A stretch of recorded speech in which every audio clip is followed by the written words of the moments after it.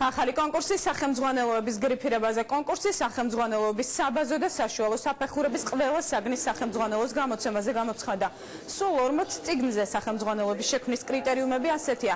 ეროვნული სასწავლო გეგმის მოთხოვნებს უნდა შეესაბამებოდეს, ის მოსწავლის ასაკობრივ თავისებურებებს უნდა ითვალისწინებდეს და წიგნის ფასი 10 ლარს არ უნდა აღემატებოდეს. ასევე წიგნის შინაარსი და გაფორმებაც სტანდარტებში უნდა ჯდებოდეს. განათლების სამინისტროში კონკურსში მონაწილეების მიღებას, როგორც ფიზიკური, ასევე იურიდიული პირებით შეძლებენ განცხადების მიღება 2012 წლის 1 თებერვლიდან დაიწყება და 1 მარტამდე გაგრძელდება.